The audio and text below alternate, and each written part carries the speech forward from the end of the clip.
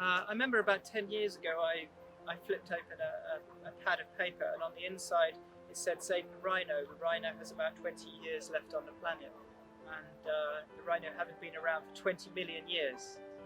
So I was shocked by this. It's a fact that I knew, but somehow I kind of had a little bit of a waking up moment when I read that. And I read around the whole area of what we call the environment or the ecology, and I started to realise that we are deeply involved in what we call nature. And when we talk about nature or the environment, it can sound as though we're talking about something that is separate to us. But I eventually came to read Thomas Berry, who wrote The Great Work, which I found a very inspiring book. And he studied Native American Indianism. He was himself a Catholic priest. But he said that the earth is not a collection of objects, it's a communion of subjects. And he said that whatever it is that preserves his vision of, he grew up by a meadow around a creek, and he painted a picture of all the lilies and the flowers and the wildflowers in bloom. He said what is good is whatever supports the conditions that support that meadow.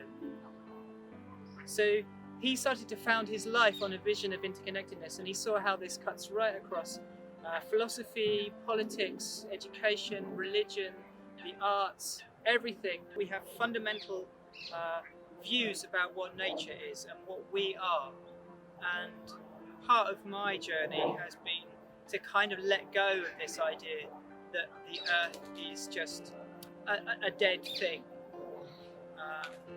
It's very strange even to me to conceive that the earth is dead, but the earth is a living organism, a living whole. That's how I've come to see things more and more. I think one of the things that I find is that there's excitement and there's joy in the vision of interconnectedness, because it means things change, and they always do change, and that is things always change. So that is exciting from that point of view, even though things feel very stuck, feel very depressing. When you start looking at things about rhinos disappearing and big game and all sorts of other things going on in the world disappearing, it can be very depressing. But because everything is interconnected, that means that other things can happen as well. Activism needs to embrace the notion that inner and outer are not finally separate. They're not two distinct things. And in fact, if you look at this in your direct experience, you won't be able to find the dividing line between inner and outer. There's been Buddhist philosophers for the last 2,000 years trying to encourage people to hunt for the dividing line between the inner and the outer world. And in direct experience, you don't find it. And what this starts to do is it starts to open up the notion of mind and what the mind is and what nature is. What the world badly needs is communities, and we're a very fragmented society, and our interest groups are not very coherent.